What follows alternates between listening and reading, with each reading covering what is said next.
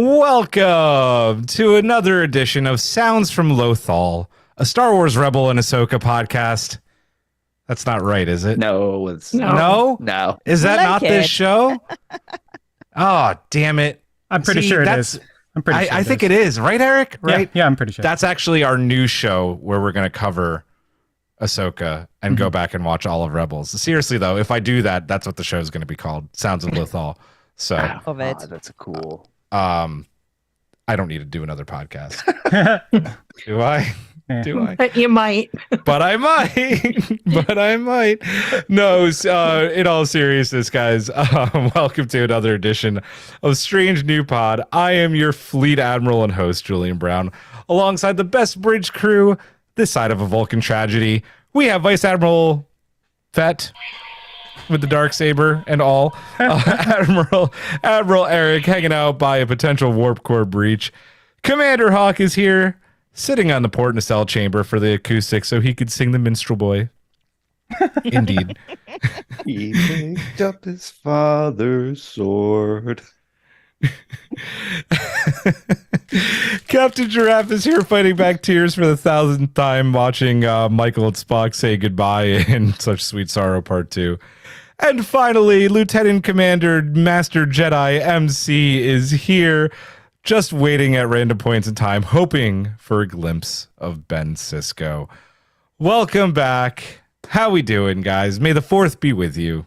And with you. And also with you. And he still manages to eat the ice cream through the helmet. This is the way. This is the This is the way. This is the way. Oh, do I see? I have the new soundboard. If I had the old soundboard, I'd have all the Star Wars sound effects too. But alas, I don't. Maybe I'll add them in post. We'll see.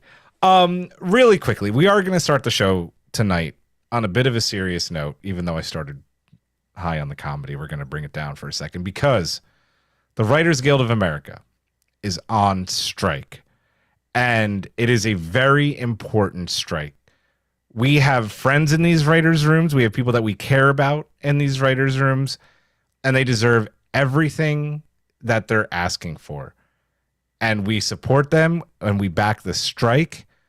I mean, I was saying to my host today on the radio, I was like, listen, on the AI alone, they should strike. And that's not even like the biggest thing on the ticket, right? So I just wanted to start the show, and I know everybody kind of brought it up to me as well, especially MC, just saying that we support the strike. We're with you. Pay them everything that they deserve. End of story. And that's where we're at. Does anybody have anything they want to add about the strike? Never cross a picket line. That too. If people go to my Twitter, I just posted a very recent message about how people not in the union can support the union. So check out my Twitter. It's MC Frotus. So I will do that. And everybody there should in the chat as well. Speaking of the chat, welcome YouTube Collective. It is good to see you. It's good to be back live. It's nice to have a week off, but I also missed you all. And I know we all missed you all. So this week, it's some crazy amount of weeks since we've done a pod episode that didn't involve a new Trek episode, but here we are again. These are some of my favorite podcasts that we do, so this is going to be really fun. Here we are. This week we're taking a look at the crews and your most emotional moments from Star Trek. We're going to go down a wide variety of great episodes and tear-jerking moments. And I'm going to say this as I was going down the list again and watching one of the episodes before the pod. Holy shit, that most of this list comes from TNG Season 4. Apparently, TNG Season 4 is a banger. I mean, it is. It's got Best of Both Worlds Part 2, so it's already starting up. It's got family after that. The Wounded. Reunion. It's a season. So we're going to be talking about TNG Season 4 a lot tonight. Just kind of the way things worked. I have a slideshow that's going to help us out with some fun images. We're going to get into all that. But before we do, Hawk, we need to thank our Patriot Collective, please, at the Ready Room level and above. So thank you to Jeff Reeve, Mariah Gossett, Tallulah, Jen Stein, Tina Alexander, Joe Saporito, Noe Santos, Kang Wee, Takako Nagumo, Kara Kennedy, Fernanda Nogales, SMK, Laura Linderman, Colin Davidson, Alan Davis, Shatterhand 2049, Jesco, Michael Graham, Emily and Travis, Gildara, Cassie, Hawk is King Friday, although I have shaved, so that may have to change. Maggie Light, Ally of the Canadian Takeover, Wayne Ritz, Scone of Arc, Sean, Jay Howard, Mahalani Uchiyama, Matt Harker, Joshua Lewis, Cassie McIntosh, David Willett, Tara Pollen, Slope 74, Rude Parakeet, Alex Sharkey, Joshua Miller, Adam Sanders, Amy the Magic Snail, Aris Benjamin, Lanky Guy, Cynthia Markey, Aaron Valky, and Carl Angoli. And since they haven't had their names read aloud yet, our newest collective members, Michael Kwan, soon to be pun master. Indeed. And he's got to go, by the way. So bye, Mike. See you later. Later, Mike. Larry Holder and TJ. Woo! Thank you. You guys all freaking rock. We are close to being back at half 100, at 50. So yeah, we're at 49 right now. Yeah, you guys freaking rock. Ooh. Thank you so much. Patreon.com/strange new pod. We don't plug it often. Isn't Chris twice in there though? Yeah, but twice is still twice, right? It still counts. It still counts. 48 humans and 49 patrons. Yeah, right. Oh man. We're gonna go through some quick news, guys. Trek Long Island. We were just talking about it a lot before the pod started. Very soon. 16 days away. We're gonna have some panels. We're gonna have a table, fun times, and more fun times. It's gonna be fun times. The panel is gonna be TNG villain one hit wonders. We may or may not be doing another panel. We still haven't decided on that. We are also going to be on a huge podcasting panel. That's kind of like what we did with Trek Untold. I don't know. Was that like a year and a half ago? 2 years already? Like, I don't know.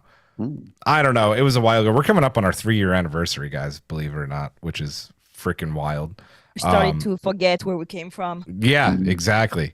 So, I don't know. Trek Long Island. We will see a lot of you there. It's going to be great. Happy hour is next week. Next week. Thought here, though, by the way, let us know in the Patreon chat or on Discord if you guys want to have a weekend happy hour, because that would be great, because I could stay up. Otherwise, my ass has to go to bed. So those 4:30 a.m. shifts are fun, but I can't do happy hours unless they're before the pod, and then not everybody can make it sometimes. So think about it. Let us know in Patreon.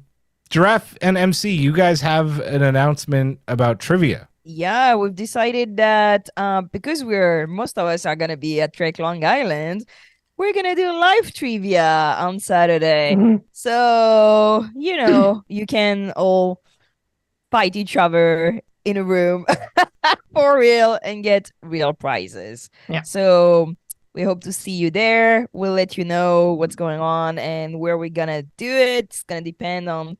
I don't really know the hotel, like what it looks like and what's going on there. So we will figure things out kind of on the fly. I mean, I remember you guys trying to set up a live podcast from Mission Chicago. So, it all works out in the end. I loved that moment. That was so much. I was just looking at pictures of that from last year. That was great. So yeah, Electro, does that mean that I need to bring prizes, Giraffe? Do I need to pack stickers and stuff? Okay. Yes, I was going to anyway. So it's good to know. And now I'm Ensign Rowe! Ensign Rowe is number 50. Ensign Rowe just joined the Patreon. Congrats, welcome. Thank you. Yay! Fuck yeah! You rock. Air horn. Thank you, Ensign Rowe. Do we have to sing Faithful Air horn again? Wait, who said air horn? No, we don't have to sing. No, we don't. Is this the one? Yes, it is. Boom. I thought 50 meant that we were going to have a table at Mission Seattle. Well, we're going to have a table at Trek Long Island. So, Mission Seattle? What's that? Oh, boy. Sorry, guys. I wanted to go just as much as you. That may not be true. No, I did. I really, really, really wanted to go. Any other news? Anybody got anything? Eric, Hawk? I'm good. No. Cool. Hawk, eventually we'll see you in person. By the way, no, you know what? I'll stew on this because I still got to talk to Eric and Hawk about this. But we might be planning something. No, stay tuned for that. Hawk told me that he doesn't want to take the plane, so I didn't say that. I did not say that. No, you said the last time you took a plane, there was like one movie for everybody, and I freaked out. Yeah, and I was 12 at the time. So what movie was it? I have no idea. It's, Home Alone or something like that. I was going to say Home Alone. Oh my God. All right. If there's no other news, it's time to get into Trek's most emotional moments. Don't worry. It's just mostly depressing tonight. There is some happy mixed in. Get your tissues out, everyone. Get your tissues. Sad out. tissues or happy ones? Both. We're gonna do some slides, and Giraffe, you're up first tonight. I'm gonna click on this. Let's go. Go ahead, hit it off. So, okay, when you asked us our most emotional moment, I realized that like 90% of my most emotional moments were in Discovery, to be honest. And a lot of them had to do with Spock and Michael, and I think. I mean, I agree with all the one that were chosen by the other host, even if mine are better, but you know. I think what I like in... Just shut up! Hey, yo! I stayed away from Discovery because I knew you had it covered. I mean, for real, I think that Discovery has had scenes where I like truly bawled, and I had to stop the show and rewind because I had no idea what was happening after. And what I think what really touches me is that it's a relationship that we've not seen a lot in Star Trek, which is a sibling relationship that is truly explored and, you know, developed with full characters, especially Spock that we know well, you know. But it's not a love relationship like we see so often in shows, and I feel like siblings are so often portrayed in a way that is unrealistic. I mean, I think most of us have siblings. Yes. Yep. You know? Yeah. Yep.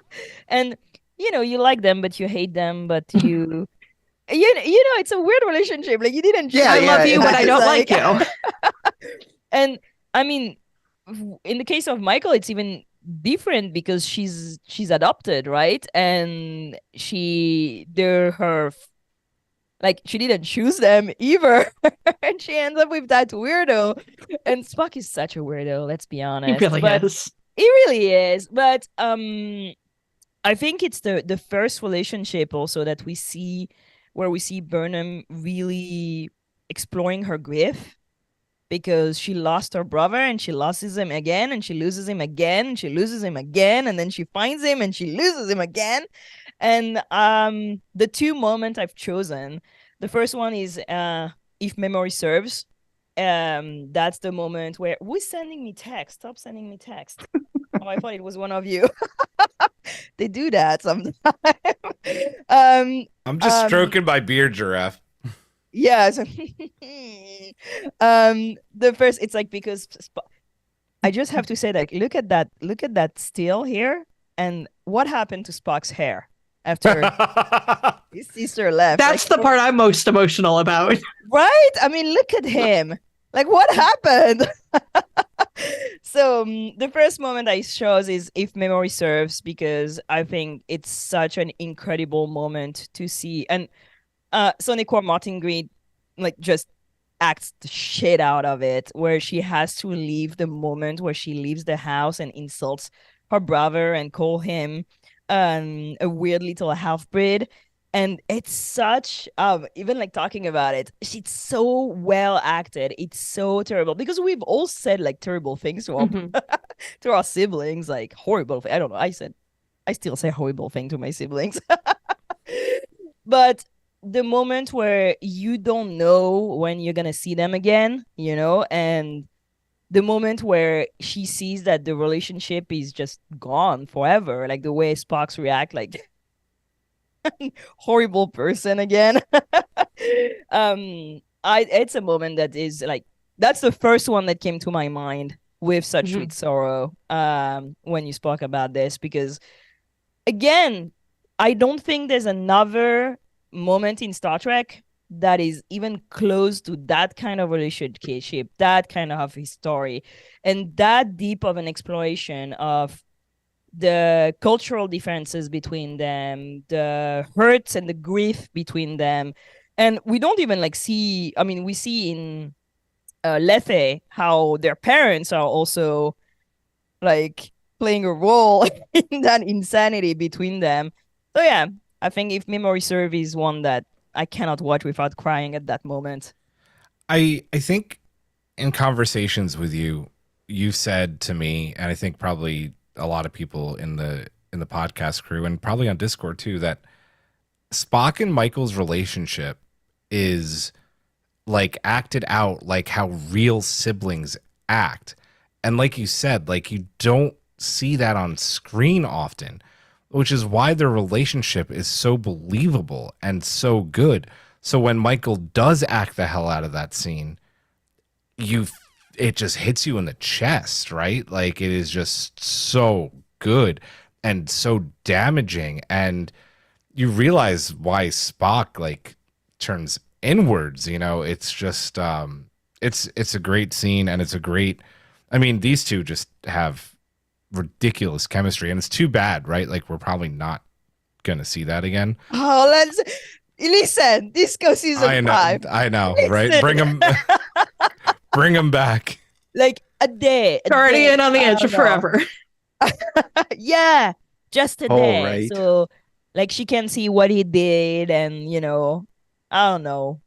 And you know, it's the thing in when in Unification 3, when she sees like how like he's like revered, I was like always saying this is the worst thing as an oldest sibling, is like especially like the oldest sister, like seeing your little brother like having a freaking statue, and you're like, that dumb ass, like I'm the one who used to cut his hair. He cannot cut his hair by himself. And now he has a freaking statue. Like you're proud, but at the same time you just want to smack them behind the head, you know? The moment you mentioned in If Memory Serves, I love how they intercut between both Michael and Spock as children and Michael and Spock as they are now. There is such a disquiet almost at seeing Ethan Peck's Spock speaking like he's a child, and, you know, talking about just like you're seeing Spock turn into Spock, because he was very much in touch with that human part of him, and he just shut it all down. And it's sad, and it helps explain his character so much in a way that we don't get. Like people are just always like, oh, well, that's how Vulcans are, and it's like, no, that's not how Vulcans are. That's how Spock is. So yeah, I just wanted to point that out. And of course, yeah, such sweet sorrow. Yeah, that's always for the crying. I went in the back together. Yeah, I don't know if am I continuing, because Yep, you are. thing. Yep, you are. So yeah, such sweet sorrow is like, and I think like Strange New World did such a good. Oh, I thought you were gonna. I thought it was the EV suit picture. I was gonna try, and I had a moment of not. like, wait. Yeah. Oh, the butt one. That one's in a different episode. That's a different episode. That's the Red Angel. By the way, can we just admire that freaking jacket that he's wearing? Like, Oh my god!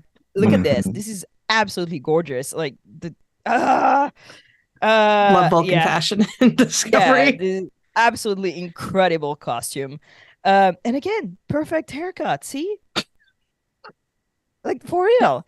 Yeah, and such sweet sorrow, especially the last moment where they realized that, because he was ready to go. He was ready to go with her. Mm-hmm. Which is incredible, like if you think of their It really is. relationship and everything, that is so young too. Like we keep forgetting that like he's a kid. Like And is ready to go. And that moment where they realize that that's going to be goodbye forever.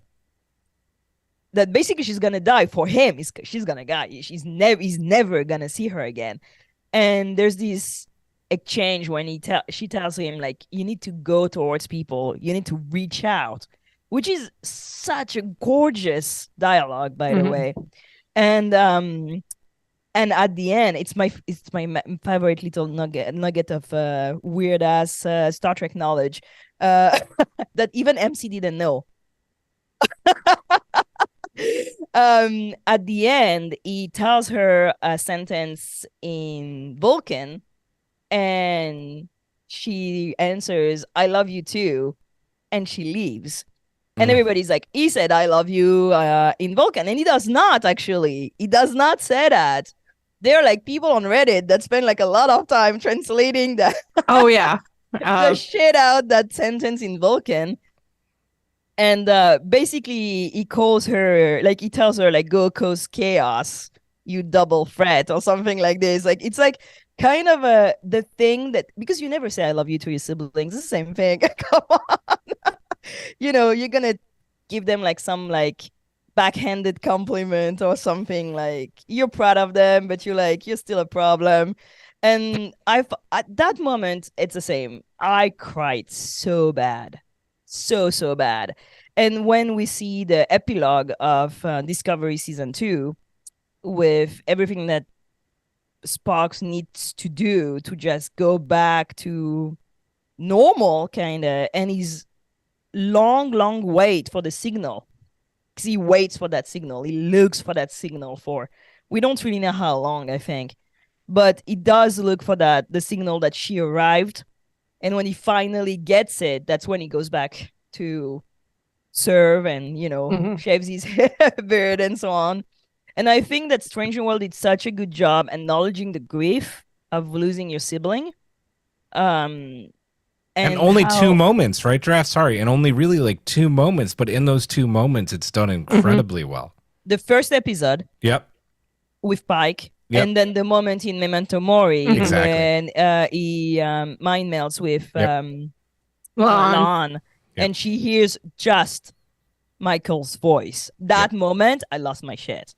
Yeah. I was like I'm sure, I hope Season 2 is going to explore this a little bit, because like losing a sibling is such a weird thing, right?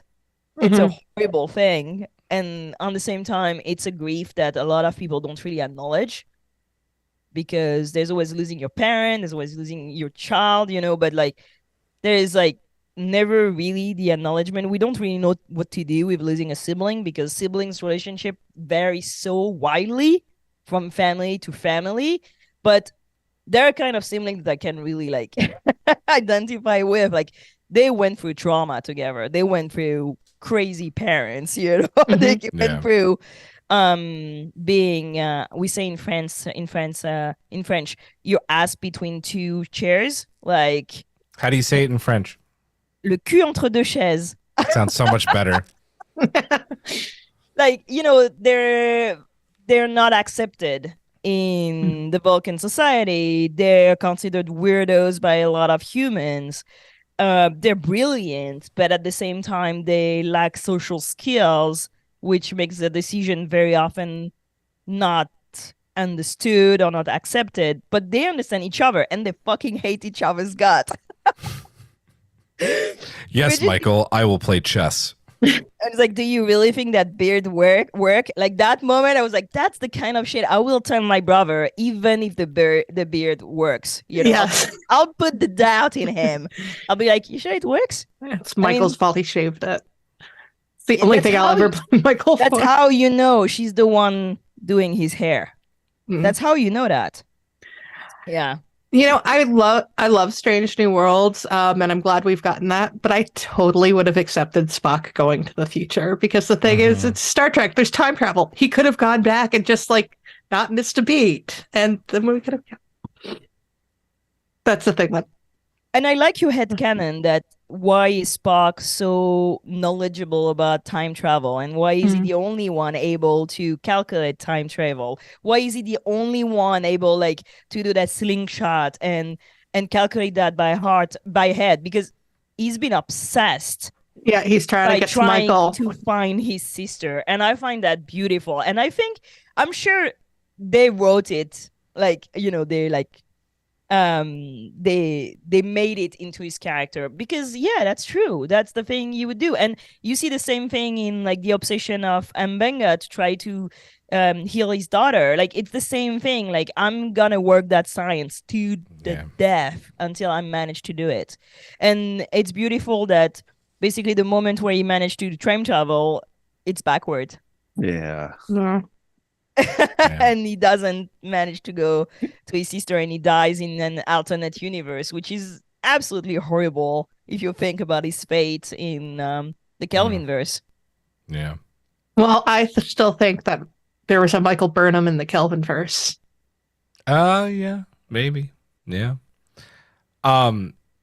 Such Sweet Sorrow, top 3 Trek finale of all time, I think. It's All Good Things, Endgame, and this, I think. Yeah. Yeah, I Both think they're the stuff. only ones I remember after these other voyages. We do not speak of that. No. Do you wanna read Michael's? Oh yeah, sorry, I forgot. No, you're that. good. Sorry, I'm bad. Oh my god. Okay. Michael Kwan. Such Sweet Sorrow Part 2. These days, my most visceral emotional reactions, the ones my body feels the most, where tears well up and my chest tightens, come from season 2 of Discovery. Katrina Khan's sacrifice, and yes. There's a lot of sacrifice in that episode. This is like my moment, right? Like, because she doesn't have, I mean, she has a decent amount of screen time, but you know, like I wish that we got more of her. Like I really do. But the amount that we did get for her, like you're hurting when she goes and she sacrifices herself for Pike, right? And for the Enterprise and for Starfleet. Like she's so, like you talk about like all these officers being, oh, Starfleet to the core. Like she is so Starfleet to the core to go out disarming or, you know, doing what she was doing with the torpedo. One of the, I think, underrated, coolest Trek sacrifices there's been in quite a long time. Yeah, I forget. Like, you know, it's I forget about her. I'm gonna tell you why. It's because there's a lot of her in the Mirrorverse in the comic books. And I followed a lot of what she's doing in the Mirrorverse. But yeah, that's, and you know what? I like the fact that Discovery gave us good admirals. Yep. That is We were true. overdue for some good admirals. Yeah. Yep. Anybody have anything else on Such Sweet Sorrow Part 2 before we move on? No? Does anybody want to take Jesco's? I can take it. Yeah, go ahead. So Jesco wanted to talk about Heart of Stone. Specifically, Nog announces to Cisco his intent to join Starfleet and that he sees the mistakes of his father, of the entire Ferengi Alliance, and wants to make something better of himself. That he's serious about it and he just needs his support and that he will not disappoint.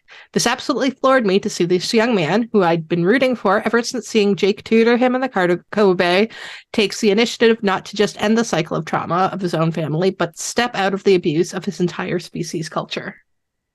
God. So good. Yeah. Oh my god, Jesco he said it all. I mean, like that episode is not very good for the actual A plot, but the B plot with Nog is just so. At first, you don't know what to make of it. Him, you know, doing all of this stuff trying to impress Cisco, and then that speech at the end is just—it's Aaron Eisenberg fucking nailed it. This was the real start of one of the most nuanced character arcs in all of Star Trek. Yeah. It's crazy because when you're watching, you see Cisco beaming with like the most pride for this young man.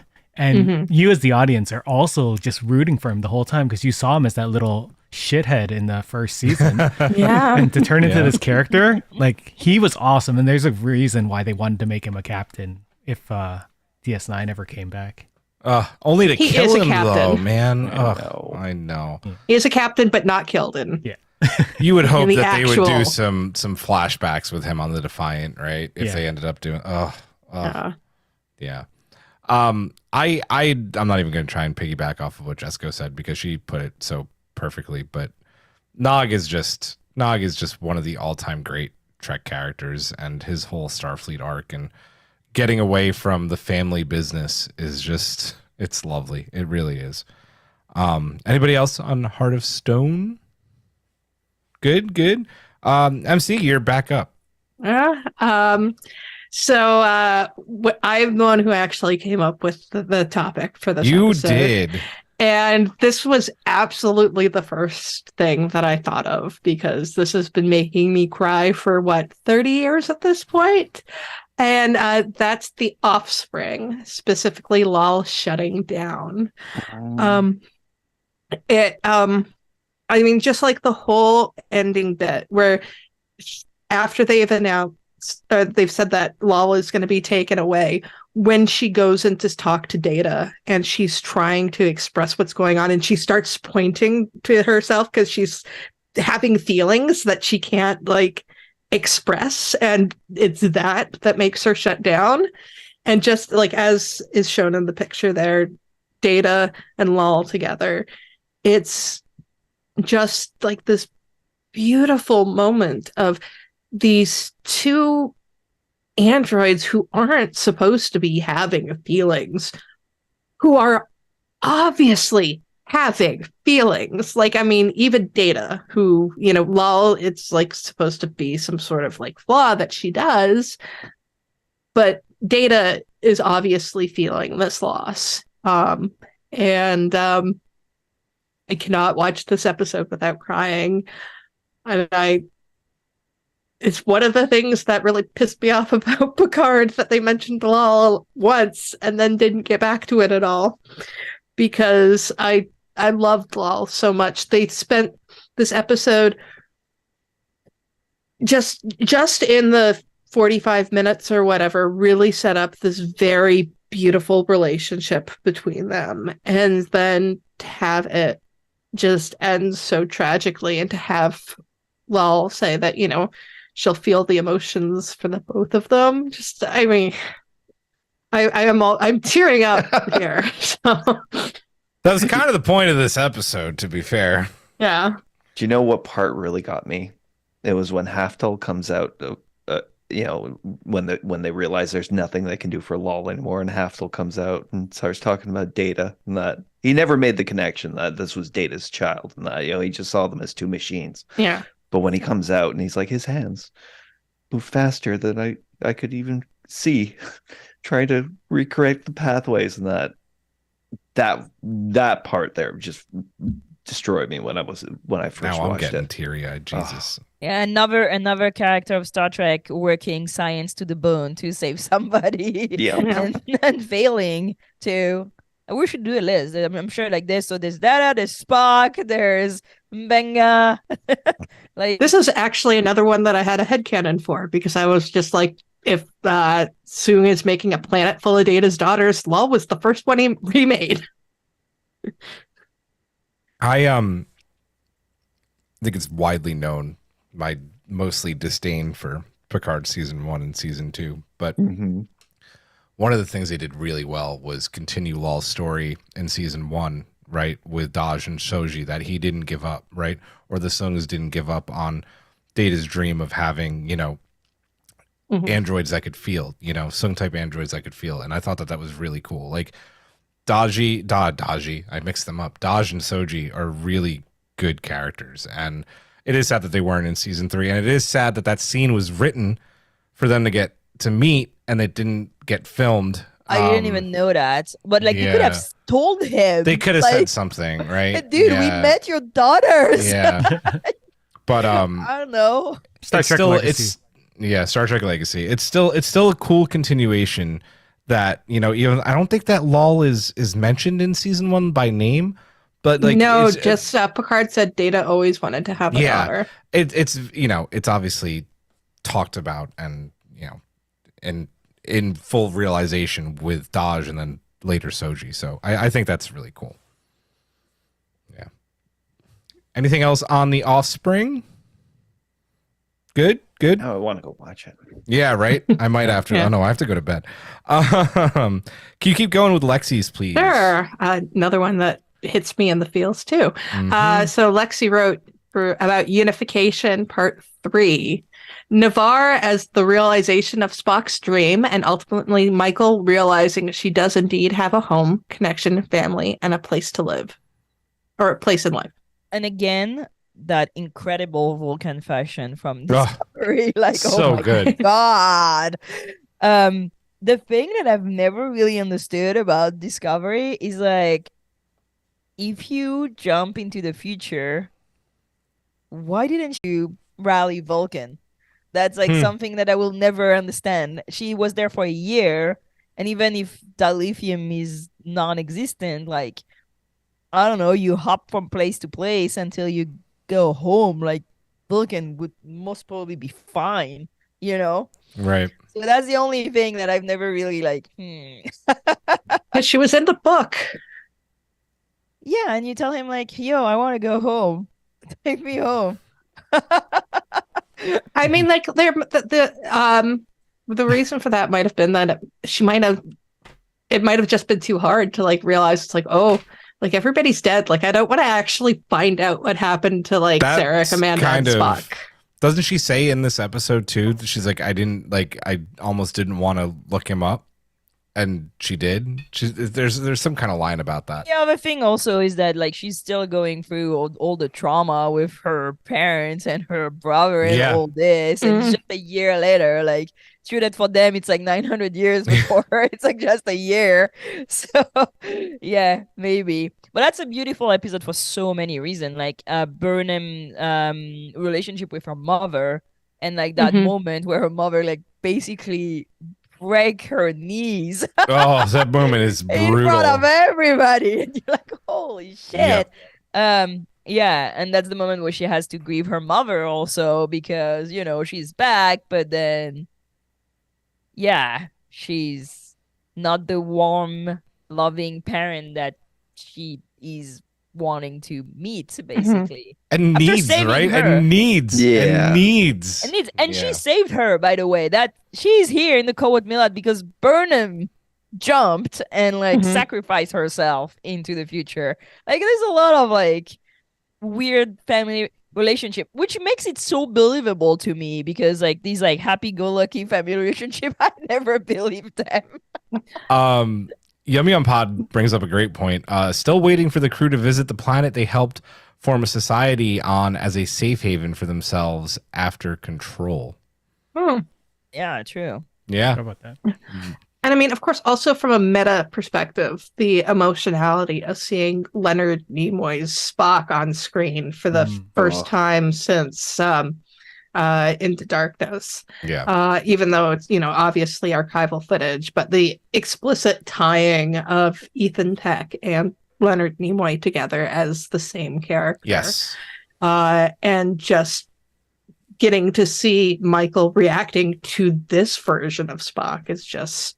Yeah, and it's the first time that we actually have the confirmation that unification happened, which is beautiful in itself. You're like, oh, one thing worked out. That's good to know.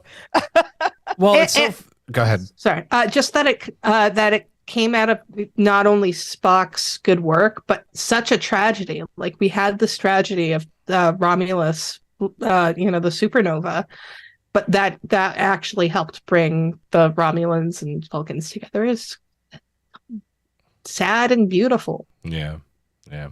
I love that they called this Unification 3, right? They could have called it a bunch of other things, but Unification 3 is my favorite episode of Discovery. I adore this episode for its world building, for its connecting the entire, like, this is maybe one of, like, I don't think I'm exaggerating. I think this is one of the most important episodes of not just Trek in general, but of modern Trek, or so not just of modern Trek, but of all Trek in general, because it connects the franchises, right? Like it makes them all one giant universe where we knew it already was, but this like makes it officially official, right? Like showing Spock talking about unification, right? When, you know, he's with Jean-Luc. It is just such a beautiful episode, and the tribunal and excuse me, getting to meet Tarina and just Unification 3 is just everything that you love about Star Trek, and so, seeing that it's not really working well also, right? There's still tons of issues. That's like they're still pretty divided. Like there's one Vulcan, there's one Romulan, and then there's one biracial who's the last scientist, and she gets all the shit. And that's I think it was very well written. I really like this episode. I mean, we all do. Yeah. Also a great courtroom episode. Yeah. Yes. Yep. 100%. Yep. Anything else on Unification? Good. Eric, you are up. Hi. Hey there. I chose Star Trek Beyond. The whole movie's just sad. No. I actually love that movie. But the moment when Spock finds out that Spock Prime died killed me when I saw it in theaters, because the scene starts off from a distance and you see Spock talking to two Vulcans. Just, you can't hear what they're saying, but you see his posture start to change, and you see a little bit of emotion that you haven't. Well, you have seen with this Spock, but you see he sort of just goes into his head, turns around, and he sees the pad, and it says that Spock died, and he goes into this whole existential crisis where he thinks about his own mortality for the first time, I think, and not just his own fate, but also like he has to think about the fate of his people. Like the work that Spock Prime was doing was really important, and you know, he's doing some good work at Starfleet, but it's either Starfleet or, you know, the people that are now refugees. Yeah, it's the first time, like, you know, he's really felt his priorities have shifted, and then he's being drawn like down a different path now. It's really a follow-up to their scene together in 2009 when, you know, like Spock Prime is like, well, you know, you can be in two places at the same time. Suddenly he can't. It's like he's been off, you know, gallivanting on the Enterprise for 3 years, you know, being with Uhura and all this stuff, and he now feels like he can't do that. And it is like this very strange, like, look at his own mortality, because it's like Spock dies very young for a Vulcan. Yeah. Like, I mean, like, he died, like, I think he's like 163 or something. Like, that's comparable to humans in the Star Trek universe. So, like, compared to like Sarek, that's very young, and so that's almost putting like a clock onto the Kelvin Spock that he didn't have until that moment, because, you know, he's only 33. He's fucking immortal at this point. Exactly. And the fact that he's gonna have a human span of life and not a Vulcan one adds to his question of identity also. Yeah, and the fact that when he sees Spock at the beginning, like Spock's Prime, he thinks he's his father too. I think there's this question too of losing your parents, and you know, there's a lot in this scene. The acting just by Zachary Quinto alone was brilliant and like heartbreaking. There's so many questions that comes up, like, also, like, how does he live up to Spock? Because, like, not even talking about what he did in the Prime universe, just what he did in the Kelvin one. Like, he did some pretty impressive stuff, like enough that these elders were coming and is like, you know, oh, this our very important Vulcan friend, you know, had Ambassador Spock died, and it's like, oh shit, you know, like, what have I done with my life? It very much mirrors what Kirk is going through in this movie.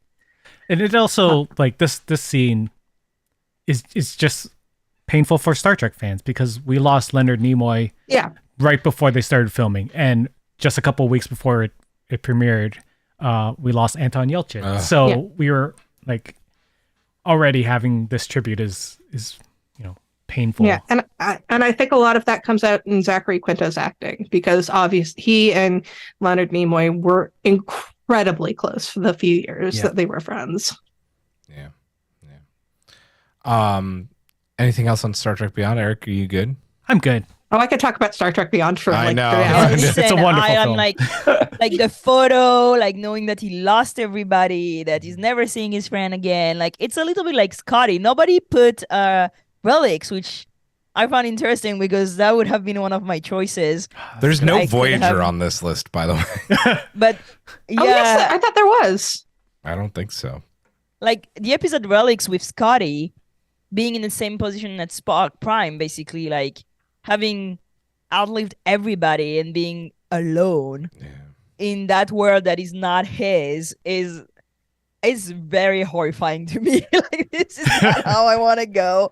Yeah. Could we headcanon Spock Prime dying for the same reasons that Giorgio was dying with the time and No, time- I don't want to no. do that. No, because that's painful, right? That's painful, brutal. So maybe not the time dysplasia. Yeah. No, time and No. universe maybe dysplasia. he didn't really die, and the Guardian of Forever just like I like it. send him back I to a like it. time that is better for him. Yeah. Yeah. Oh, I'm sorry. guys. I'm Because sorry. he knows about the Guardian. He can find him. Why Yeah, not? yeah, That's a true. good headcanon. That's true. I'm sorry. Write that I'm down, MC. What? The Guardian of Forever sent him back? I mean, yeah, I could do that, but I really like mine where Kelvin Michael was by his side when he died. Oh, That's mine. Eric, can you keep going, please? yeah, for sure. Xandar chose no-win scenario. Oh yeah. I'm going with recency bias on this one entirely. But the moment when Jack Crusher asked Jean-Luc Picard about having a family without identifying who he was, and Picard says Starfleet was the only family he needed, my heart shattered into a zillion pieces in that moment. Agreed. Yeah. This moment's brutal. It's absolutely fucking brutal, right? Because Jack didn't have an interest, and Bev says to Jean-Luc in sickbay, like, I said, hey, maybe like you should go and try and get to know him. And I think we had this conversation when we were talking about no-win scenario. Jack probably sat at that bar on a few different days waiting for Jean-Luc to come in, and the one day he does, he could see how well he's loved and respected by these cadets. But then to say what he says, right? And to be fair to Jean-Luc, he has no idea he has a son, right? Yeah. Yeah, I was gonna say, like, I can't know what I don't know. Like, Right. it's But bullshit still, judge to people on be things they don't know. No, of course. But to be the kid in the room, though, still, and hear your dad say that, it's just like, dude, I have daddy issues, and this he's hurts not more. your dad if he doesn't know you exist. It Like- also, yeah. Oh, go ahead. Sorry. No, I think like, yeah, it was very emotional, but it was so unfair also. It is Yeah. unfair. Yeah. You don't know. Again, you cannot be judged on things that you don't know. And Yeah. Picard has no idea because that truth has been hidden from him forever, which is bullshit. We already talked about this. But then feeling sad because somebody said something when they have no clue of what what that means for you. Like, again, I always say you don't make me feel like this. I make myself feel like this. Yeah. It's not this- your fault. So I don't know. I felt it's unfair. It's brutal, but on the other side, like, I'm gonna defend Picard. So take notes. Yeah. No, I mean, like, This is historic. what happened is we got like a bunch of kids that came up. I'm sure if those kids hadn't come up, Jack would have gone up to Picard and be like, "Hi, my name is Jack Crusher." And then Picard would have immediately like realized what was going on. And the answer would have been entirely different because you can tell by the way Picard answers the question. He's just kind of telling himself like the thing that he's always told himself. Yeah. It's like, well, I didn't really want to go to that party anyways. Yep. Colin has a great point. At this point, Picard is just Jack's sperm donor. Borg sperm donor, by the way. Borg sperm. I'm never gonna let that go. I need my Julian was right shirt. He becomes his father during season 3 of Picard, is what he was saying. Sorry, go ahead. Yeah, and I mean, like, kids, I don't know. He's too old to like expect so much from parents. At this age, I was not expecting anything from my parents. Like, I had realized that they were like humans like me, and they had no clue what the hell was going on, as I did, and I was not expecting a savior anymore. Like, I don't know, maybe a 14-year-old. Like, but I feel like for 20 something, I don't know. I've never been so on board about this relationship as the fact that he's more emotionally tied to a guy that he met 2 weeks ago than his own freaking mother. Like, that makes me feel bad for motherhood.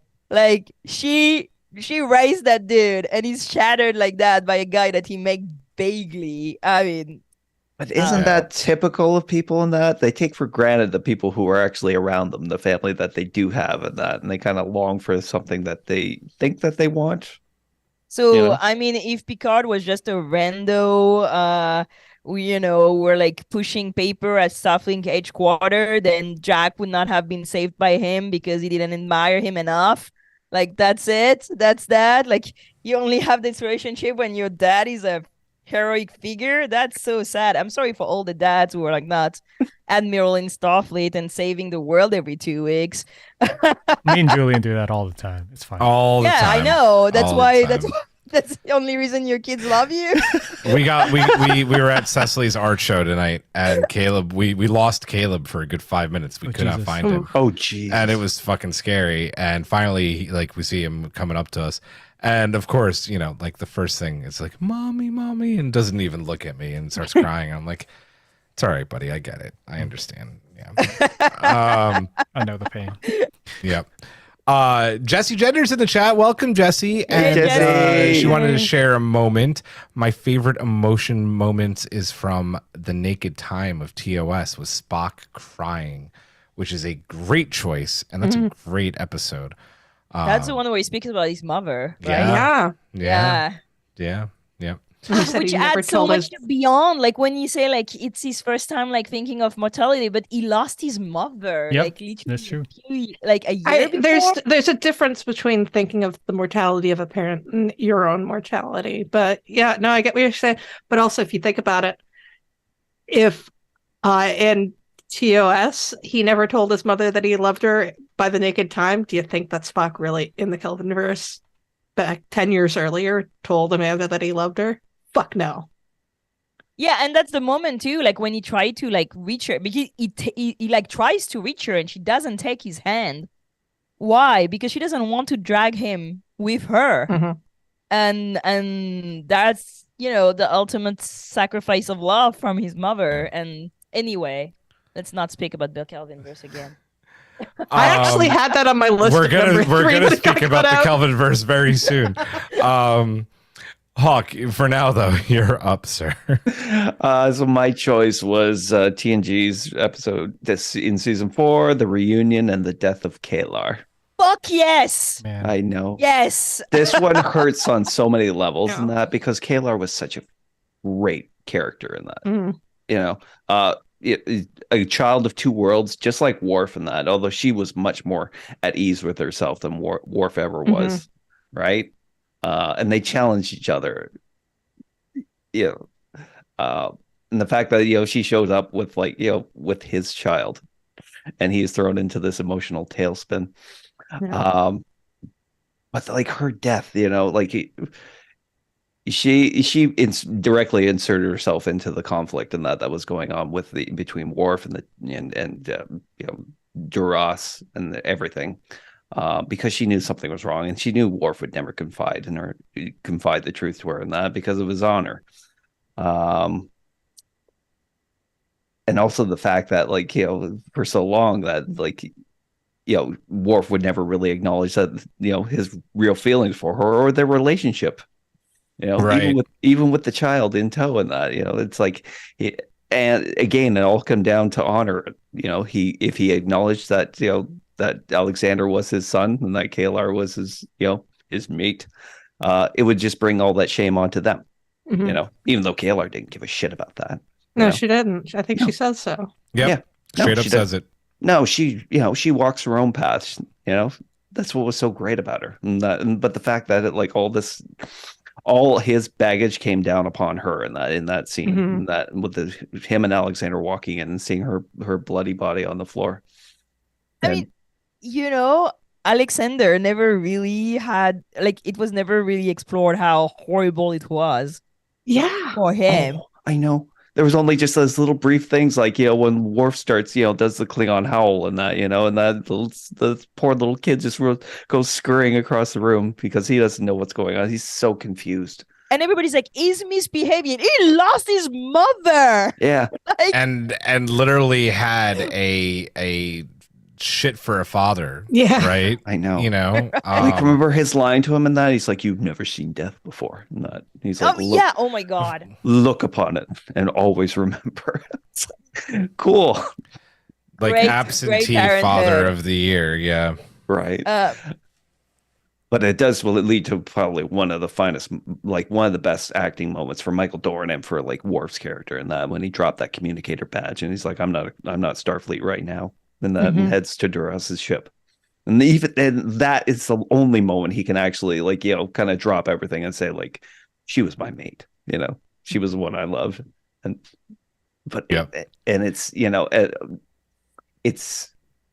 it's touching, but at the same time it's empty, because it came too late. It's always interesting in that moment, though. Every single time I watch Reunion, I always think about Klingon culture and the fact that Worf is still dealing with the dishonor of the House of Moog, right? But he boards that Klingon ship with his dishonor, and Duras even says, like, get this Patak off my ship, right? Yeah. Like, he's dishonored. But then for Worf to say, she was my mate, right? And then every Klingon is like, well, then that's a different story. Oh, like, shit, no it's matter on. what, if a mate is killed, like in this situation, all the rules go out the window. Like there's a rule book for the rule book. I always find that really interesting. Yeah, it's like strange, right? Because like he comes in and claims the right of vengeance, and that Yep. he's like, you got no rights here, and that your family and that. But then he's like, Kalar was my mate, and that, and he's like, you killed her, and it's like there's something very primal that's happening there. It's like, Yep. Oh, doesn't matter. The rule book's out the window at this point. Yeah. And I think So the glad. big. Oh, sorry. Go ahead. I'm so glad you trust Keller because It's so good.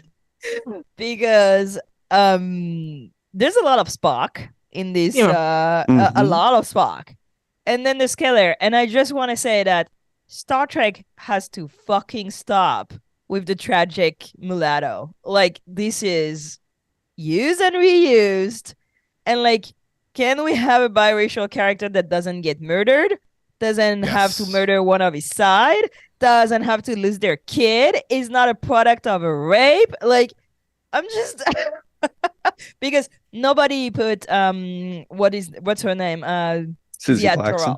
Torral. Mhm. No, So- like the daughter of Gul Dukat. Oh, yeah. Oh, Yeah. Or, Yeah. yeah. Yeah, Yeah. so it's just like I was seeing like all like the tragedy of Spock, and I'm like, yeah, and then you added Keller, and I was like, yes. I actually had a panel request that was called "Justice for Keller: The Tragedy of the Mulatto in Star Trek," and it was never accepted by Aw. any convention. I would have gone to that panel. I Yeah, have a right. whole panel on this, but yeah. So Just I think before that the Keller. actual tragedy of Kalar is, I mean, a lot of people might think, well, Kalar has to die so that, Worf can eventually marry Jadzia. But no, Kalar and Jadzia would totally be in for a poly relationship. Oh, 100%. Absolutely. 100%. Yep. Hawk, can you keep going, please, with Chris's? Yes, Chris chose Redemption Part 1. How about that time when Worf resigned his commission? Us getting to see the internal battle because of Dorn's great acting. Then he leaves the ship with Picard's blessing and has a hallway of officers there to send him off. That acceptance in the face of choosing to take a radically different new path always gets to me. And that was a pretty great moment. This is one of those happy, like, not happy, right? Because it's the Klingon Civil War. Yeah. But it's just one of those cool moments that hits you hard, right? This is only the second time that we've seen Worf in the traditional Klingon garb, too, right? Where we don't know if we're going to see him again, right? Like, he could die in glorious battle, which is every Klingon's dream. But to leave the ship and get the full salute is just, it gives me goosebumps. It's such a cool moment. I love it. Yeah, the last time I saw something in Star Trek like this was Unification Part 3, and that after Michael, tells the council that she's going to go out on her own without their approval and find her evidence and then that moment when the crew stands up and does a pump pump. Yep. In solidarity to her. Yep. Yeah. Anybody have anything they want to add for Redemption Part 1 and Worf joining the Klingon cause? Good. It's my turn. Yeah. It's my turn. I chose, shockingly, the Kelvinverse. Yes! And Star Trek 09. Aww. Damn straight. And the birth of Jim and George Kirk's sacrifice. I will say this anytime I have the opportunity to say it, and this is one of those moments. The opening act or it's really a Star Trek, it really acts as a Star Trek cold open, is, I think, in the top 5, if not the top film, not Star Trek, film in general, film opening scenes to a movie ever made. It's a mini movie. It is. Yeah. It is the blueprint on how to suck you in and get you connected to almost every single character that you need to care about, with the interaction between Winona Kirk and George Kirk and Jim's birth. It is just so damn good. And Chris Hemsworth, for the little that he has to do line-wise, is so damn good. The fact that he knows that he's about to ram the Kelvin into the Narada and still is able to chuckle with his wife to try and make her feel better about this horrible situation that's happening. Like when, it's like, oh, what about your dad's name? And he goes, what, Tiberius? Are you kidding? That's the worst. Mm-hmm. The delivery of that line every single time gets me, because he knows he's about to die, but he can still have those last moments with his wife. And you're just all like, when the credits roll and you see the shuttles flying away, and the cinematography in Star Trek 09. Your father was captain of a starship for 12 minutes. He saved 800 lives. And when Pike, thank you. And when Pike delivers that line, you know exactly what the fuck he's talking about, because you experienced it. And it is so fucking good. When that little baby, who could be any fucking baby in the world, is born, you know that's Jim Kirk. And you know the reason he's alive, and that's why you feel connected to him throughout this movie. It is a blueprint on how you should open a film. Period. End of story. I fucking love it, and I get goosebumps to this day. Not to mention, this scene is nowhere near as good if Michael Giacchino is not scoring. Oh yeah. Oh my god, this score. Oh my god. It is just an all, yeah. Like, filmmakers should watch it. Sorry, MC, go ahead. I mean, they could have just not included this and just had like Kirk's like tragic backstory, right? Because I mean, that's all they wanted, the tragic backstory so that Kirk could be the rebel, but it would not have anywhere near the same impact as it does, because you care about George and Winona just from this scene. I mean, I really wish they had Winona in a later scene, but that's my issue with this movie. My issue is that we were supposed to have the birth of Spock in parallel, and they did not include it, and that's bad. I have a 30 minute video about this. It is shot. It exists. Yeah. It does. It absolutely is. But well, the last time we saw Spock's birth in a film, it wasn't that great a shot. Well, okay, there's one thing good about that scene. One, do you know what? He cries. So human. So human. No, but like the Vulcan priestess that delivers him is like so fucking gorgeous. Yeah. Like that's one of the cosplay I want to do. She's like in 2 frames, but I'm like, oh, queen. Yeah. Anyway, this is just I could literally just watch this and then not watch the rest of the movie. Like, on I mean, we watched the rest of the movie though. no, of so course, good. no, of course, of course. I'm going to continue unless everybody's good. Everybody good on the beginning of 09? I just want to say I'm really glad that the Kelvin verse was represented. I said Yes. Yeah. Well, yes, that's what I meant. I meant both of you. You know. 2009, like when I saw it on IMAX and I saw it on opening night, and I don't think I've ever been to a Star Trek movie where everyone was silent for such a long period of time, because like it was so well done, like it was so impactful, and it really set the mood for this universe and for the whole film, right? So, man, fuck, it's so good. It's why I chose it. This is probably like one of my all-time favorite Trek scenes ever. So it's so fucking good. One of our dear friends, Mariah from Star Trek Discovery Pod, is in the chat. Says, "Hi Trek fam, love you. We love you back. Love you." Legit cried in the movie theater at this opening. Me too, man. Me too. How can you not? I mean, like I still cry when I watch it. I know. It's just so powerful. I'm gonna move on with Matt Harker's who chose this is an obscure one, but it's really good, and it's TNG's Lessons. And Matt wrote, the conflict Picard felt over Neela Durant, is it Darren, in Lessons, first ordering her to face the fire, then thinking he lost her, seeing her alive, and ultimately losing her in the end. Just total emotional roller coaster. This is a great episode because Not remember that episode at all. This is so late. It's like season 7, isn't it? Yeah, it's either 6 or season 7. 6. Yeah. Yeah. I'm not there yet in my rewatch. Yeah.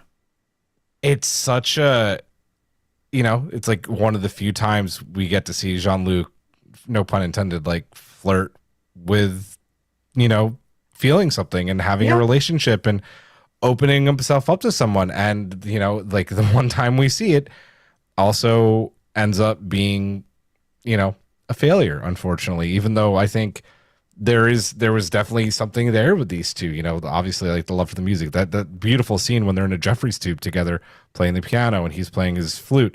It's awesome. And to realize though that at the end of the day, he is the captain of the Enterprise and he just can't do it. It's heartbreaking for him because obviously we know what happens with Bev, later on. Now with Picard season 3, it's he could just never commit. And this is a great episode to show that. I don't know how, I know it's like not familiar with with everybody, but it's a good episode. Does anybody have anything they want to add? It kind of makes we watch it. It's good.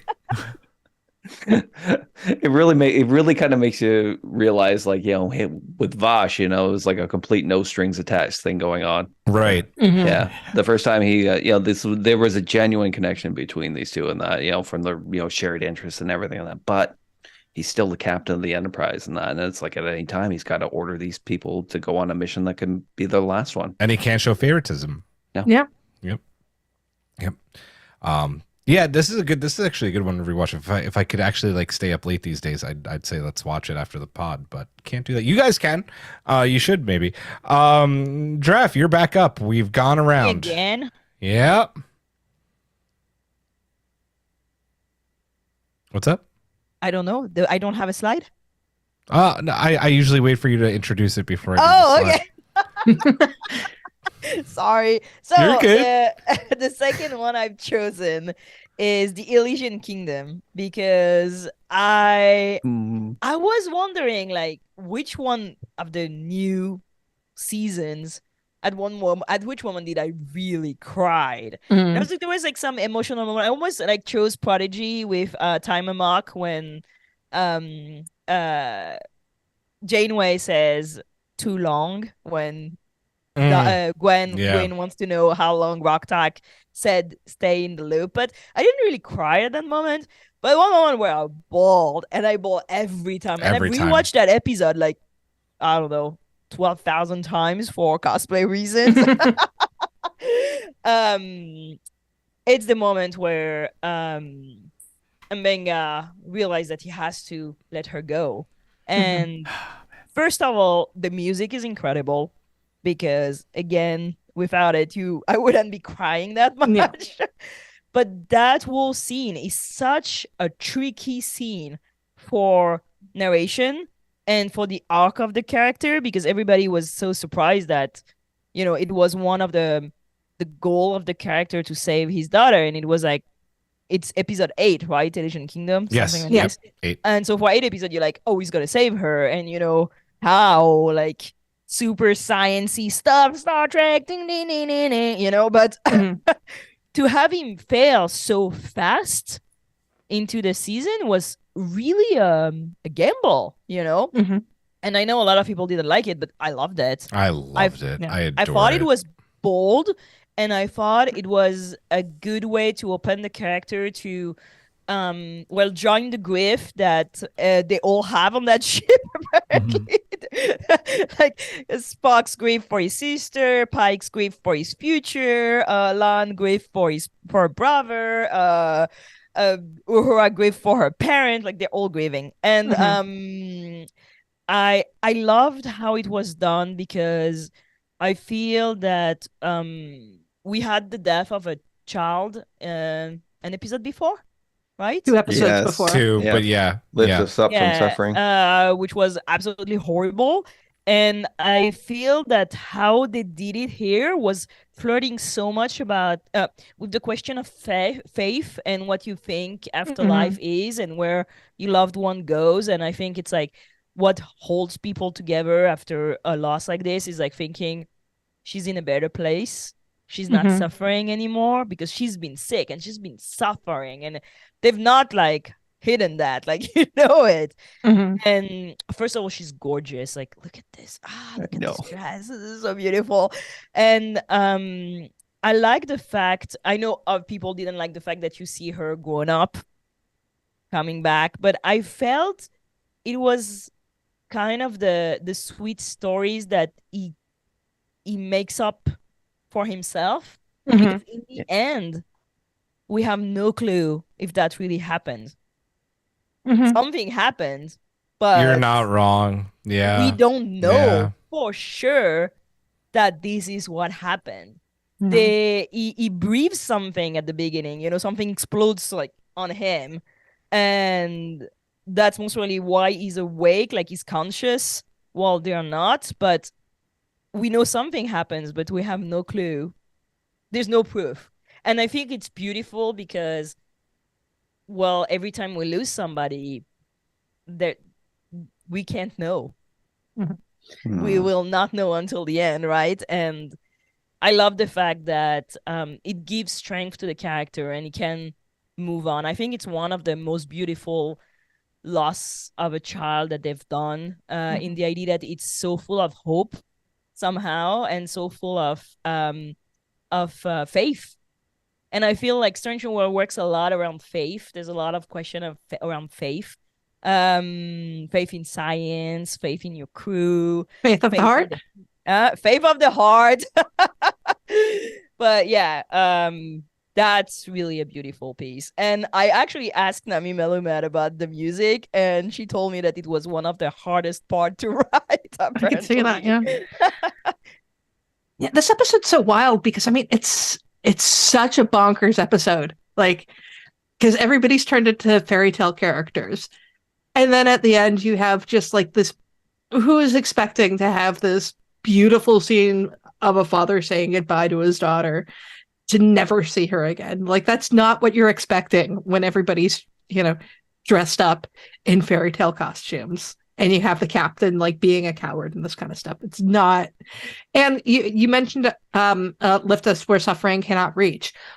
There was actually like a hint that Mbenga might have had like some help like working on a cure for her, because like the doctor, the father of the what's his name, the kid who dies, said that he's going to help. So there's been like movement and like things that Mbenga could do, but it's to the point already that's like, no, we can't help her. That, you know, we just have to let her go, and it's not anything that anybody's expecting. Yeah, the especially not from this. realization too that every time like she comes out of the transporter, it's like for some minutes Mhm. because she has no time left. It's it's horrible, and it adds to the strength of character of that man, because like how does he go through like every day Yeah. stuff, like knowing this, and the fact that at the end when Una asked him where she is, like there's like this knowledge of some people in the crew that his daughter was here, you know. Mhm.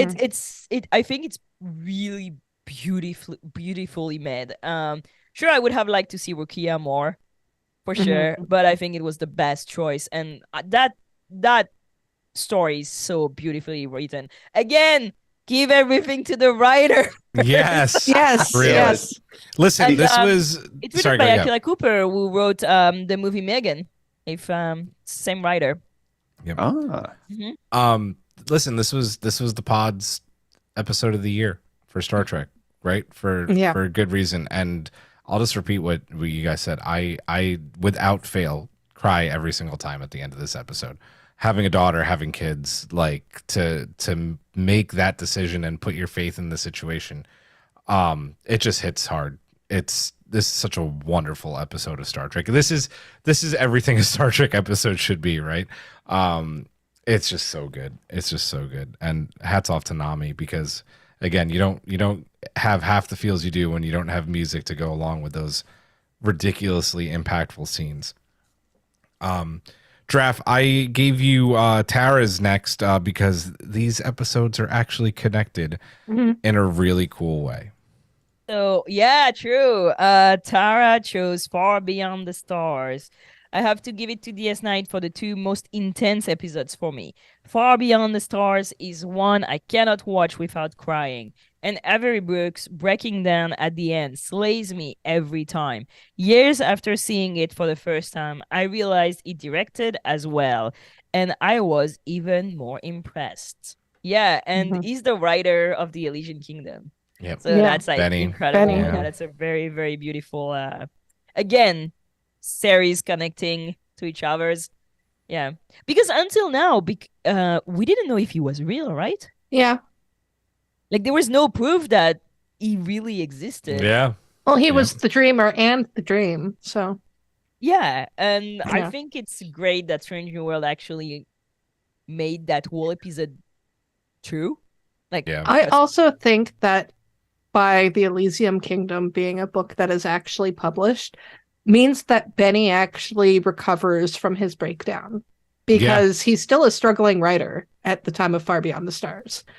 It doesn't look like he's had anything published outside of in magazines. So I feel like the fact that the Elysium Kingdom is out there as an actual book, that he's able to get and publish something else, and because it's a fairy tale book, I think he and Cassie were able to have kids together. Yeah. So We've, I think, actually talked about this episode a lot. If you go back to our catalog, I think we actually talked about this when we did our documentary, DS9 documentary episode. We talked about this episode a lot. So go back and listen to that, because I think we all cry a lot during that episode.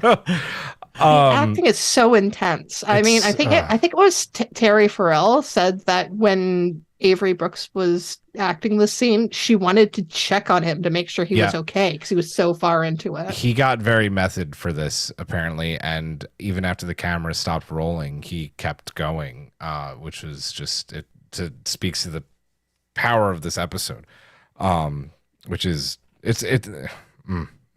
so many like deeply emotional episodes of DS9, this being one of them. Yes, definitely go back and watch our episode on the DS9 doc, because it is very good. It is one of my favorite episodes that we've ever done on the pod. Eric, I'm going to give you the next one. my God. How would I pronounce this name? I would just read it out, because well, they could maybe tell us in the chat, because they're in the chat too. So tell us how you want to pronounce your name. STMCDE 1701. Yep. Oh, shoot. I was trying to see if that was an acronym. The motion picture in Nemesis Enterprise flybys.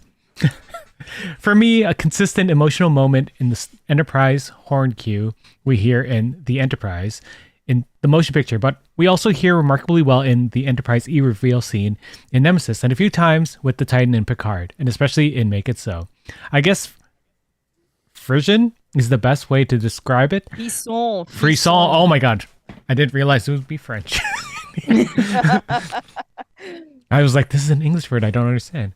But it's my emotional happy place essentially, and has long been vying with Binary Sunset, the Force theme, as the top positive emotional music cue for me. I missed the motion picture in theaters by several years, but always loved the Enterprise flyby scene even as a kid.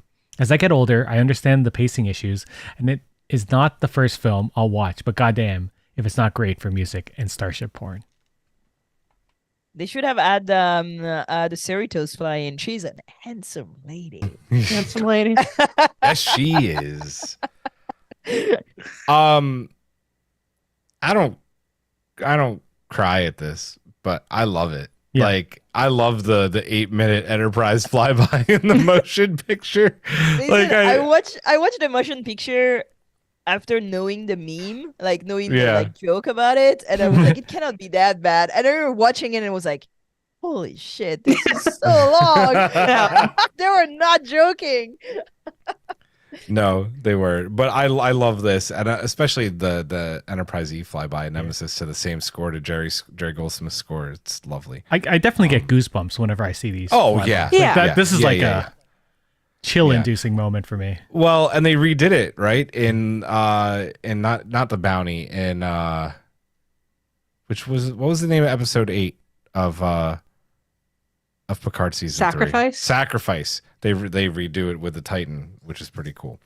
So, MC, you are back up. Oh, jeez. Time to cry. This one's really hard.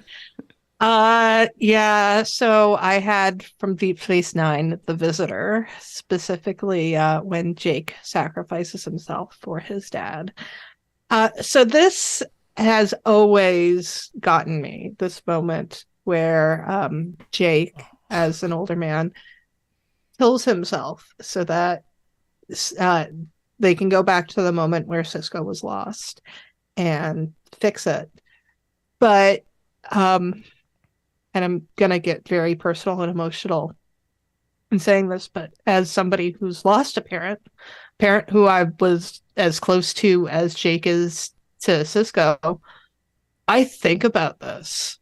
Like if I had the chance to sacrifice myself and give up everything I have done since my mom died, would I do it? And I can't say I wouldn't, because I fucking love her. And so I know exactly what Jake is going through in all this. Yeah, I can't watch this episode without just going to tears. Sorry. No, thank you for sharing. I watched this again recently, and it is, Tony Todd kills it in this episode too, right? As an older Jake, I don't know, I don't want to say anything, because how your connection to this episode is just it's so important. But this is, this is a very emotional episode for a lot of people, because Jake and Sisko, the relationship is kind of the backbone of the show. There's Sisko's character is so tied to him being a father, and this is one of the few episodes where we get to see it from Jake's perspective. Well, and we know how much Sisko, like you were saying, Sisko loves Jake, right? So it's almost like role reversal for these two, right? Yeah, it's so good. Kang says The Visitor came out soon after my father died. It always resonates with me. Ensign Rose says I had to skip The Visitor on my most recent rewatch because I just couldn't cope. So yeah, like you're saying, it definitely hits hard with a lot of people. Yeah, this and The Body are just episodes that people who have lost parents can't deal with. Oh, The Body. Yeah. Does everybody else want to touch on the Visitor? We good? Do you Mike- want to read Tara's? Because sorry, go ahead. Eric. Michael Taylor wrote The Visitor, and he also wrote In the Pale Moonlight. Like, this is why you pay writers what they're worth, Yes. Yep. right? We're going to keep bringing it up until they're able to, actually pay the writers.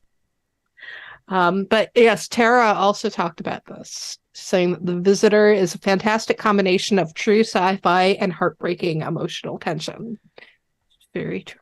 Very true. Man. Very true. And Haven wrote, I lost my mom due to COVID-19 complications and have been able to watch it since then. So yeah, Man. it is a hard watch. It really is. That's why you need to be good to your kid, because I lost my dad and I can tell you that I would not sacrifice myself just to add to this. Don't be a nice person to your kids. I do have to say, as somebody who still loves this episode, it can be very cathartic to cry about that kind of stuff. So. Yeah. Mm. I would be Jake. I lost my mom. Like, I've talked about it a few times on the show. I would be Jake if I could just have one more moment or two with her, even though I didn't, really know her that well because she died when I was 5. But if I had the moment just to get one, I would probably take it. So, Eric, we're back to you, sir. Did you put both of mine in or just one? I put both ears in. Put in the second one. We're going long. And we need some levity. You want the second one? Yeah. I did not remember the first one. Lower The first. You don't. I'll talk about the first one. Let's do both. Let's talk about both. So Which one is it? Lower Decks is I thought Lower Decks the series. I Oh was like, I no! don't remember, and I was like, yes, okay, yeah, no, absolutely. I almost talked about it earlier. Yeah, absolutely, 1000%. Yes. Yeah. So I picked this one because Ensign Cito was a character we met in an earlier episode. I can't remember what it was called. It was the one with Wesley. I forget the one with The trial. the trial at Starfleet Academy. First Duty. Duty. Yes, First of First- Duty. So we already met her, and this was the first time we really got to see just the regular Starfleet officers on the Enterprise D. And this character was so charming and so eager, and she's just there trying to get past all the shit that she had done at Starfleet Academy. So she had this wonderful relationship with Worf, like he was her mentor, and then she goes on this mission at the end of the episode, and they lose her, like, and she was so young. And I think this was the first time you start like thinking about the little people on the ship, and it was devastating when I saw it. I was a kid when I was like 13 or something, and I was like, they killed like the youngest person on this show. Yeah. That could have been just like a couple years older than me. Could have been one of our friends. Yeah. I don't know. Like, I don't even know what else to say about this. It was just It's a hard moment. yeah. Right? Because you also get all the reactions of her friends, friends, right? yeah. Who were all Yeah. like have that And- survivor's guilt. And she should not have died. Like, Picard should have just like said no. Like, I mean, at one point, where were the adults in the room? You know what I mean? Like, Was there no one else, like an experienced like Bajoran, like maybe some ex Maquis that could have gone on the. And again, like as an educator, like you see like young people being like, I can do it, I'm gonna do it. You're like, no, you're not gonna do that, because this is gonna be a shit show. It's gonna be wrong. It's gonna be bad, So you go back and somebody else is gonna take one for the team, And yeah, it's a heartbreaking episode. It's kind of fucked up, to be honest. It's kind of a fucked up episode. Yeah. I still love it. I love it. It's Yeah. wonderful. Yeah, it's a great episode. Let's brighten it up though. Yeah, let's fast forward to 10-year-old little me, who goes to his first Star Trek movie in theaters, with his dad, who has been a long time Star Trek fan. And you're sitting there, not expecting anything. I didn't watch trailers as a kid. I didn't know those were a thing.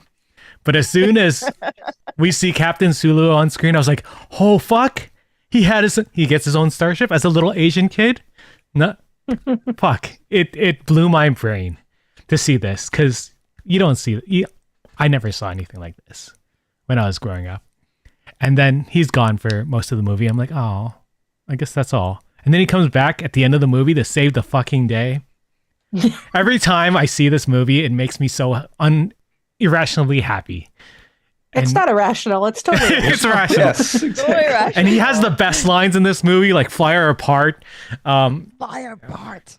And Target that explosion and fire. oh, when he just says fire That's at a the good end. scene. Oh Yeah. my god, I love this moment so much, and I love Sulu and George Takei, everything about him. So this moment this is my happiest moment in Star Trek, I think.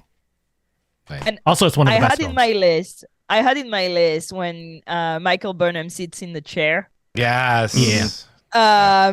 Because like you wrote, like emotional moment can be happy, and it was one of the moments. It was like my whole thing is discovery, something else. But like the moment when I saw the episode for the first time, and the moment where she walks through the crew, and sits in the chair, I lost it. Yeah. And I had to wait to be in my late 30s to experience this. But yeah, I lost my shit. I cried so much. And, it's still so sad to see how much shit Discovery gets when these moments mean so much Mhm. for some fans. And yeah, that's Captains. Yeah. Yeah. Yep. Can you continue with Havens, please, Eric? Yes. Haven chose the sanctuary. I would say my most emotional part of all of Star Trek would be when Adira corrected about their pronouns in Star Trek Discovery Season 3, Episode 8, when speaking to Stamets. It really made me feel so connected to Trek more than anything ever in this world. Yep.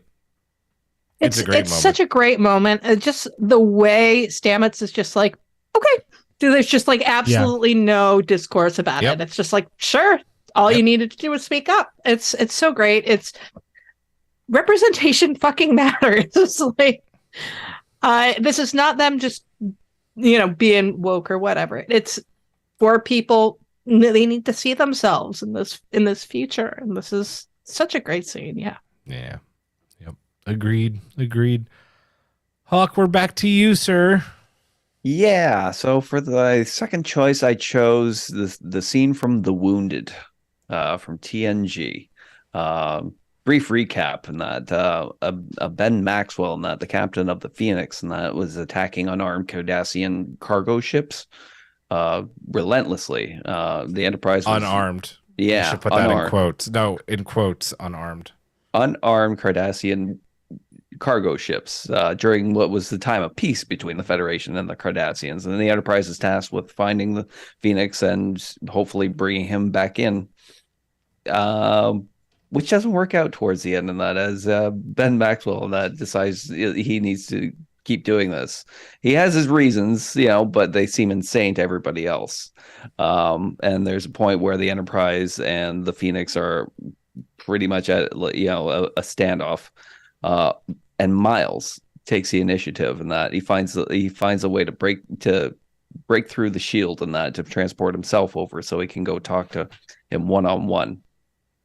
Because like you realize throughout the episode, there's like there were two people who went through the same war together, and they came out emotionally compromised, in more ways than they could even imagine. Miles, you always got the impression he just like despised Cardassians, and that with his like attitude throughout the episode, and that until he realizes he's like, I don't hate you, Cardassian. And he's like, it's because it was the first time he ever had to kill somebody. And it was self-defense, and it was completely justified, but at the same time, it's like he had to take a life. Yeah. And it just didn't sit well with him, and he didn't like what that war had made him become.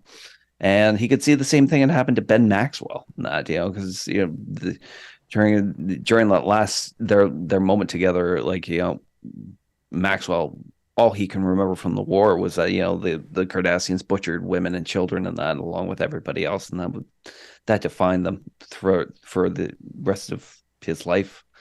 He'd always see them as warlike, and that's why he was so suspicious of them.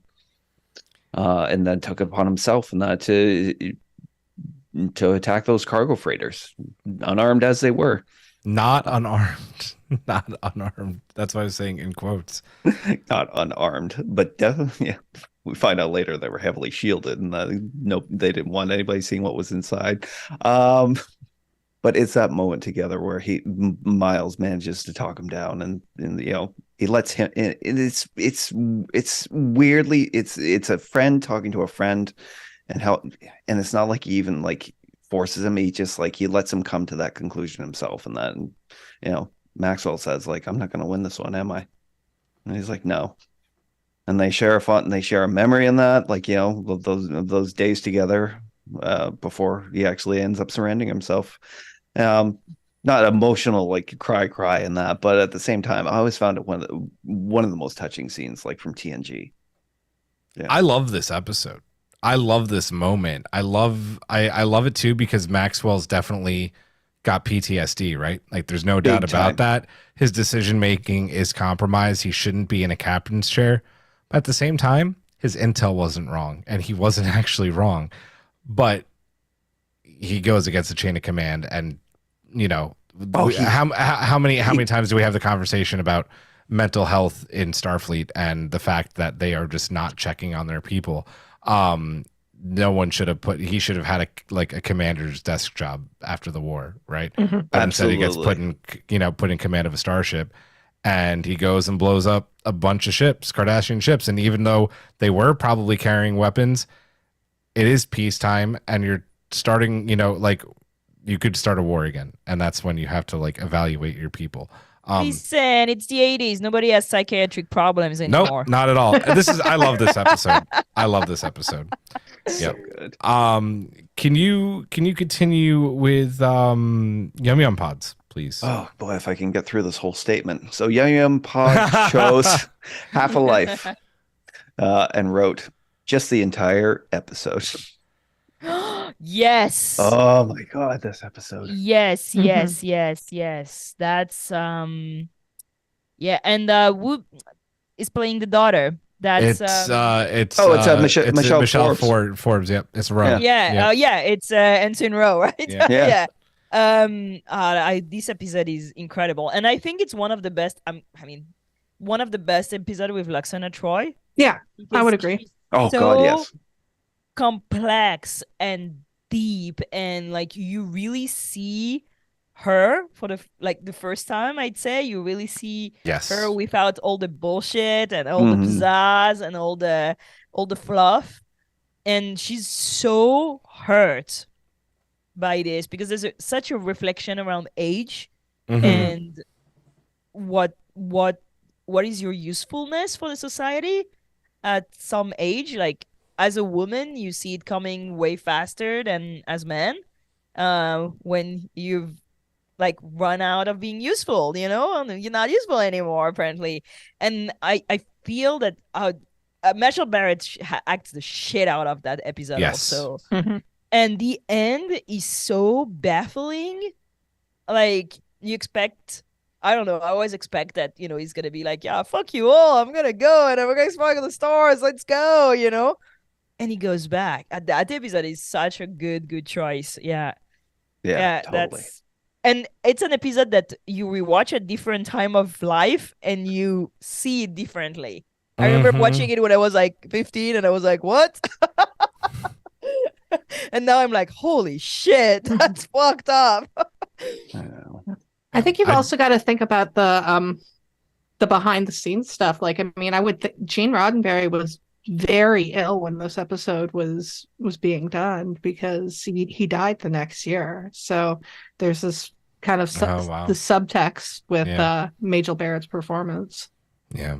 Yum Yum Pod added in the chat, bold move to make Luxana Troy a tragic character rather than just be funny.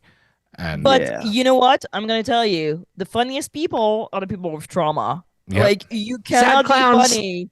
Huh? Sad clowns. Yeah. I always say I have enough trauma to make me funny.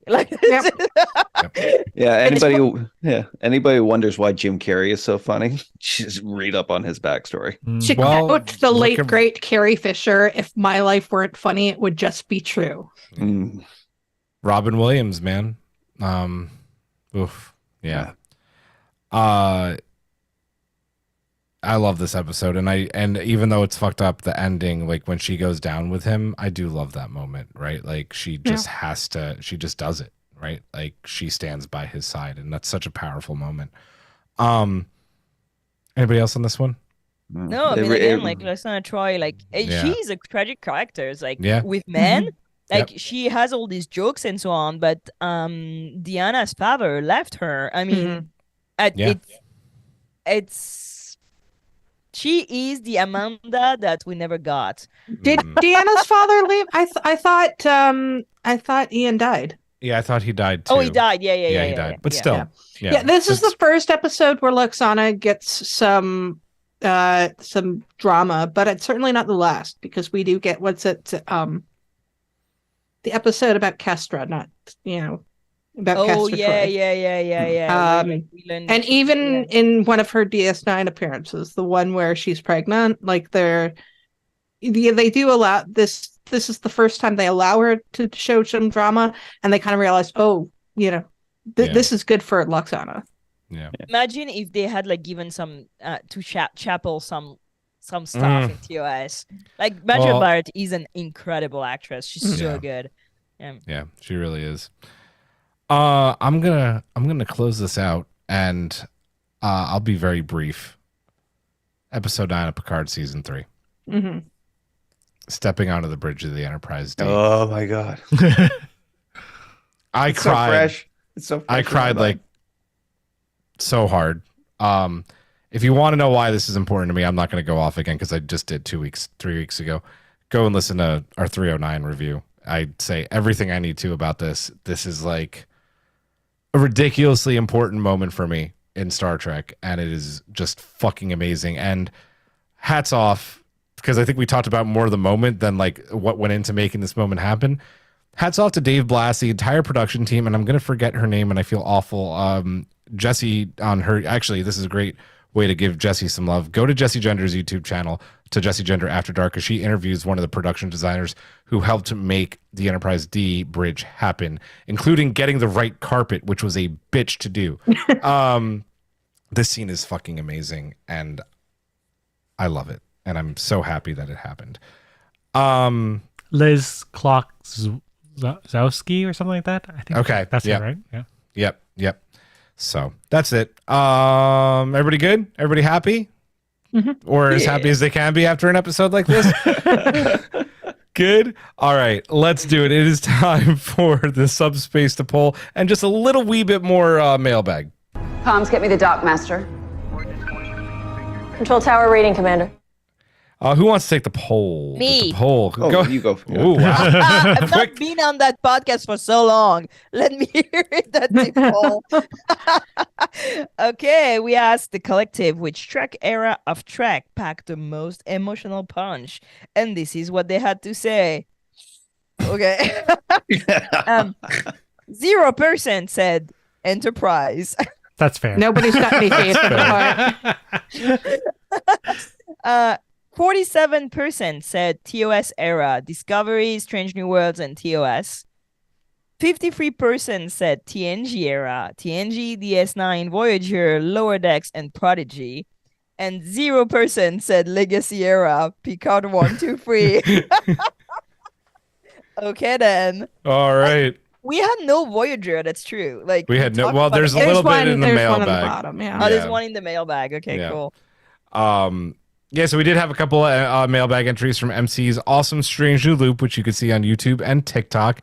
If Giraffe went, what was our order? It was MC. It's your video. So why don't you take the first one? The Duras sisters wrote The Visitor as a whole, and I think we already talked about this quite a bit. So Sure did. Who's next? Eric or Hawk? Eric, go ahead. Pip74205 wrote Picard, Best of Both Worlds, or Inner Light, or Chain of Command. Chain of Command, yeah. Is that that's more. Yeah, that's still them. Garrick, After Image, The Fandom, These Are the Voyages, Sweating Laugh Emoji. Oh, These Are the Voyages. Can you take the next one? Chris G wrote, "The Offspring still wrecks me when Haftel explains how Data is trying to save." Well, yep. See, Yep. Great His minds. hands. Great Ooh. minds. So Trexperts Quiz wrote, Data not being able to finish, there was a young woman from Venus. Davey. Oh, Davey, I love you, man. Giraffe, take us home, please. Wes Huntington wrote, "The death of the Doctor's daughter," in quotation mark, in Voyager's real life gets me crying every time. That Yeah. is, that's an Yeah. episode. Yeah. Yep. Yeah, I really don't remember that one. That's the one where he It's the one creates a where he has- holographic family for himself. Yeah, Oh, and okay. it goes. It's very like a TV show, and then it goes like really real, really fast. Yeah, Oh, it yeah. basically it's like the first episode of WandaVision, and then it becomes the last episode of WandaVision. Yeah, in Oh. one episode. In I one think- episode. I'm starting to remember now. Yeah. Okay. Yeah. The son starts I'm hanging out with frankly Klingons. still mad right? at B'Elanna about that because the Doctor didn't ask her to like play around with his holodeck program. It's none of her business. Put the share screen back on. Yeah. Oh, it went Oh, away. You've messed us Ooh. up. Ooh, Oh, no. that is crazy. Ooh, we went Sorry. all over the place. Sorry. I bet you can see my makeup. All right, we're good. Sorry. We're back. Apologies. Look at them beautiful. I don't know why it did people. Yeah. that. That's weird. Oh. I'm emotional about that beard. I love that haircut. I'm man. gonna I take it mean, off that screen so you can't see it anymore. There we go. We got to wrap this show up, guys. Speaking of, this has been a blast. Thank you so much, everyone in the YouTube Collective, for joining us tonight. As always, our amazing, strange new crew. You guys freaking rock as well. We will be back next week with. We're just gonna keep going deep for the next couple of weeks. Starfleet's best betrayals. It's gonna be a good one. It's gonna be really good. Yeah. Can't wait for that. Butt bugs. Butt It's bugs. always Always butt butt bugs. bugs. It's always butt bugs. As Colin said, please do hit that thumbs up if you enjoyed this video, and hit the subscribe button and hit the bell for notifications whenever we go live. That's gonna do it for this one. For Eric, for Giraffe, for Hawk, for MC, I am Julian. Live long and prosper. Majram. And may the force be with you. May the force be with you. Yeah. with you.